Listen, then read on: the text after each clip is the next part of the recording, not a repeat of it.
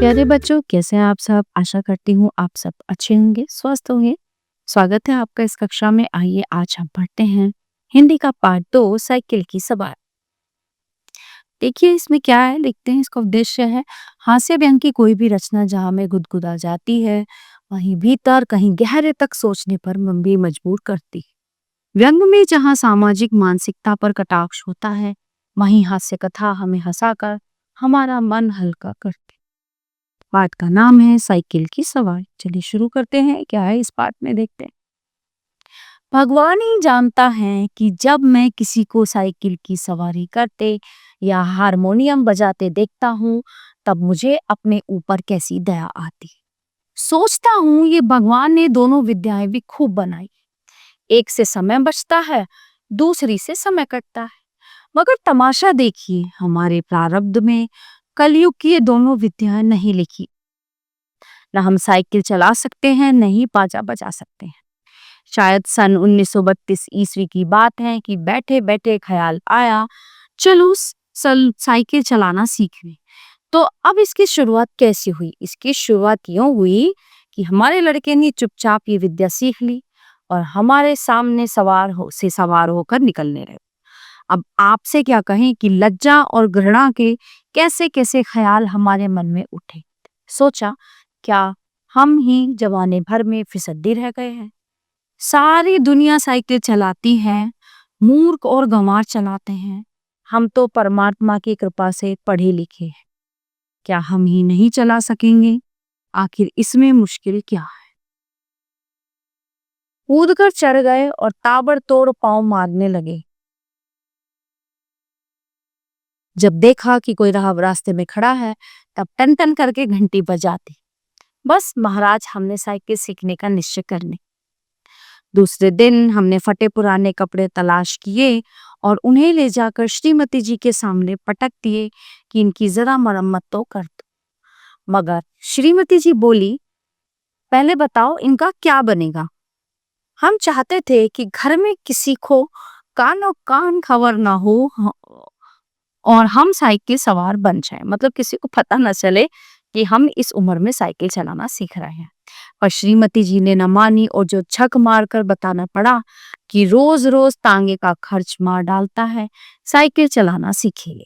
श्रीमती जी ने बच्चे को सुलाते हुए हमारी तरफ देखा और मुस्कुराकर बोली, मुझे तो आशा नहीं कि आपसे ये बैल मेड़ चढ़ सकेंगे।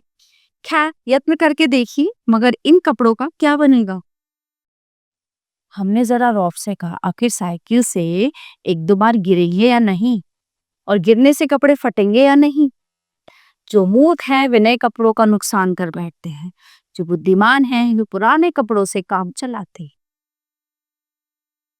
इधर हमने बाजार से जम्बक के 2 डिब्बे खरीद लिए कि चोट लगने पर उसका इसी समय इलाज किया जा सके। इसके बाद जाकर एक खुला मैदान तलाश किया ताकि दूसरे दिन से साइकिल सवारी का अभ्यास किया जा सके। अब ये सवाल हमारे सामने था कि अपना उस्ताद किसे बनाए। इसी उधेड़-बुन में बैठे थे कि तिवारी लक्ष्मी नारायण आ गए और बोले, क्यों भाई, हो जाए एक बाजी शतरंज ही? हमने सिर हिलाकर जवाब दिया, नहीं साहब, आज तो जी नहीं चाहता। यदि जी ना चाहे तो क्या करें? ये कहते कहते हमारा गला भर गया, तिवारी जी का दिल पसीज गया। हमारे पास बैठकर बोले, अरे भाई, मामला क्या है? स्त्री से झगड़ा तो नहीं हो गया है? हमने कहा, तिवारी भैया क्या कहें, सोचा था लाओ साइकिल की सवारी सीख लें, मगर अब कोई ऐसा आदमी दिखाई नहीं देता जो हमारी सहायता करे। बताओ, है कोई ऐसा आदमी तुम्हारे ख्याल में?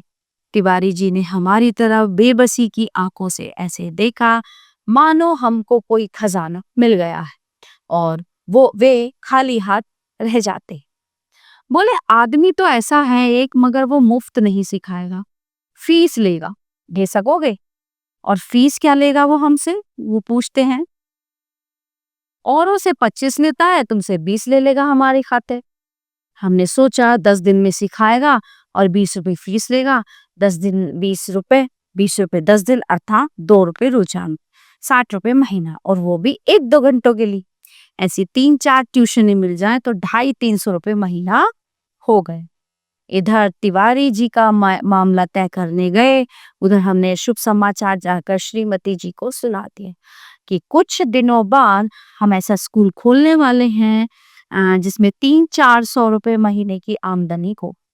श्रीमती जी बोली, मैं तो चाहती हूँ कि तुम हवाई जहाज चलो। ये साइकिल क्या चीज है, पर तुम्हारे स्वभाव से डर लगता है। एक बार गिरोगे तो देख लेना, साइकिल वहीं फेंक फाक कर चले आओगे। इतने में तिवारी जी ने बाहर आवाज दी।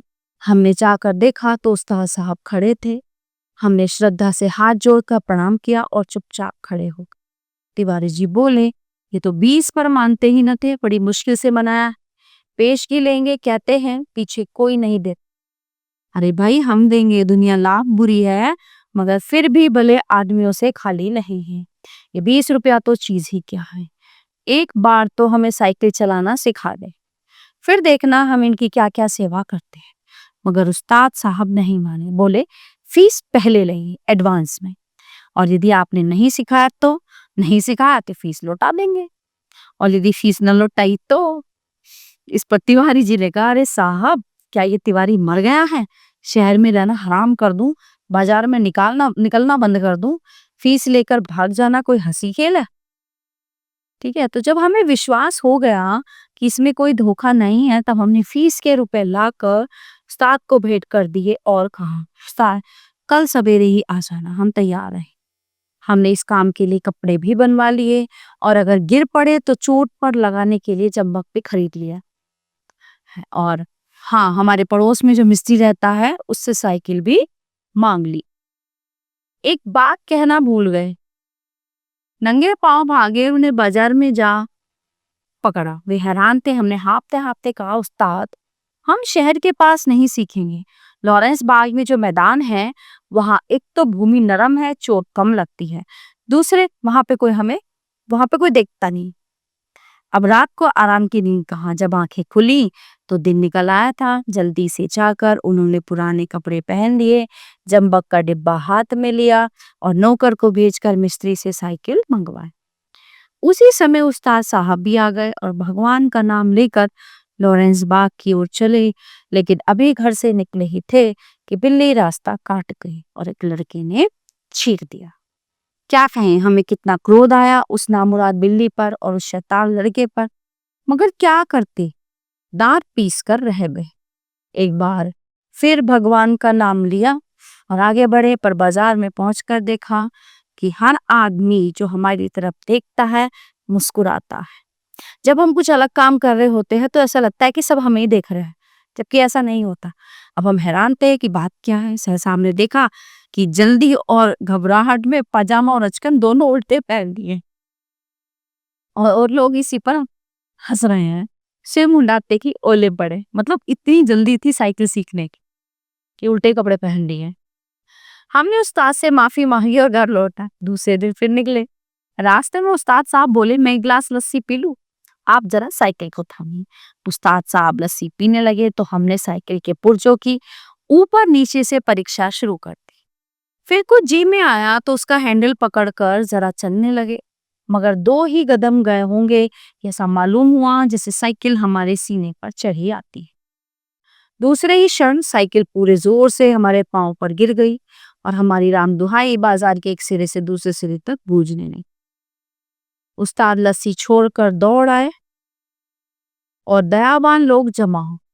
सबने मिल मिलाकर हमारा पांव साइकिल से निकाला, पूछा चोट तो नहीं आई? जरा 2-4 कदम चलिए, नहीं तो लहू जम जाएगा। इस तरह दूसरे दिन हम और हमारी साइकिल दोनों अपने घर से थोड़ी दूर पर ही जख्मी हो गए। हम लंगड़ाते घर लौट आए और साइकिल ठीक होने के लिए मिस्त्री की दुकान पर भेज दी। मगर हमारे वीर हृदय का साहस और धीरज देखी। अब भी मैदान में डटे रहे, कई बार गिरे, कई बार शहीद हुए, घुटने तोड़वाए, कपड़े फड़वाए, पर क्या मजा जो जी छूट जाए। 8-9 दिन में साइकिल चलाना सीख गए थे, लेकिन अभी उस पर चढ़ना नहीं आता था। कोई परोपकारी पुरुष सहारा देकर चढ़ा देता तो फिर लिए जाते थे। हमारे आनंद की कोई सीमा न थी। सोचते थे मार लिया मैदान, हमने 2-4 दिन में पूरे मास्टर बन जाएंगे। इसके बाद प्रोफेसर, फिर ट्रेनिंग कॉलेज और 300-400 रुपये मासिक। तिवारी जी देखेंगे और ईर्ष्या से जलेगी। उस दिन उस्ताद ने हमें साइकिल पर चढ़ा दिया और सड़क पर छोड़ दिया कि ले जाओ, अब तुम सीख गए। अब हम साइकिल चला रहे थे और दिल ही दिल फूलना समाते थे। मगर हाल ये था कि कोई आदमी 200 गज के फासले पर होता तो हम गला फाड़ फाड़ कर चिल्लाना शुरू कर देते, साहब जरा बाई तरफ हट जाइए।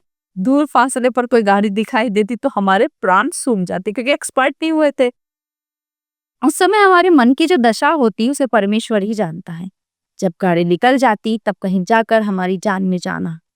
सहसा सामने तिवारी जी आते हुए दिखाई दिए। हमने उन्हें भी दूर से ही अल्टीमेटम दे दिया कि तिवारी जी बाईं तरफ हो जाओ, वरना साइकिल तुम्हारे ऊपर चढ़ा देंगे। तिवारी जी ने अपनी छोटी छोटी आंखों से हमारी तरफ देखा और मुस्कुराकर कहा, जरा एक बात तो सुनते जाओ। हमने एक बार हैंडल की तरफ, दूसरी बार तिवारी की तरफ देखकर जवाब दिया। इस समय बात कैसे सुन सकते हैं, देखते नहीं हो साइकिल पर सवार हैं। तिवारी जी बोले, तो क्या जो साइकिल चलाते हैं वे किसी की बात नहीं सुनते हैं? बड़ी जरूरी बात है, जरा उतर जाओ। हमने लड़खड़ाती हुई साइकिल को संभालते हुए जवाब किया, उतर जाए तो फिर चढ़ाएगा कौन? अभी चलाना सीखा है, चढ़ना नहीं सीखा। तिवारी जी चिल्लाते ही रह गए और हम आगे निकल गए। इतने में सामने से एक तांगा आता नजर पड़ा। हमने उसे भी दूर से डांट दिया कि बाईं तरफ भाई, अभी नए चलने वाले हैं। तांगा बाईं तरफ हो गया। हम अपने रास्ते पर चले जा रहे थे। एक पता नहीं घोड़ा भड़प उठाया, तांगे वाले को शरारत सूझी।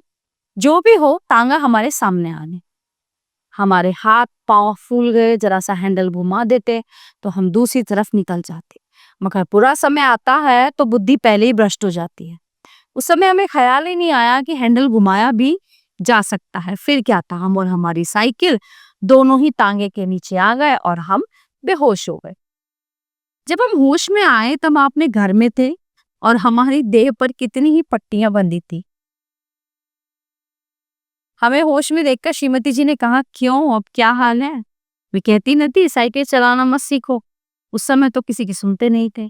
हमने सोचा लाओ सारा इल्जाम तिवारी जी पर लगा दे और आप साफ बचे। बोले, ये सब तिवारी जी की शरारत है। श्रीमती जी ने मुस्कुराकर जवाब दिया, ये तो तुम उसे चकमा दो जो कुछ जानता न हो। उस तांगे पर मैं ही तो बच्चों को लेकर घूमने निकली थी कि चलो सैर भी कराएंगे और तुम्हें साइकिल चलाते देख भी आएंगे। हमने निरुत्तर होकर आंखें बंद कर ली। उस दिन के बाद फिर हमने साइकिल को हाथ नहीं लगाया। एक उम्र होती है ना, सब चीजों को सीखने की एज होती है, सब चीजों को सीखनी हो। तो प्यारे बच्चों, ये पाठ यहीं पे समाप्त होता है। आशा करती हूँ आपको अच्छे से समझ आया होगा। मिलते हैं अगली कक्षा में। धन्यवाद।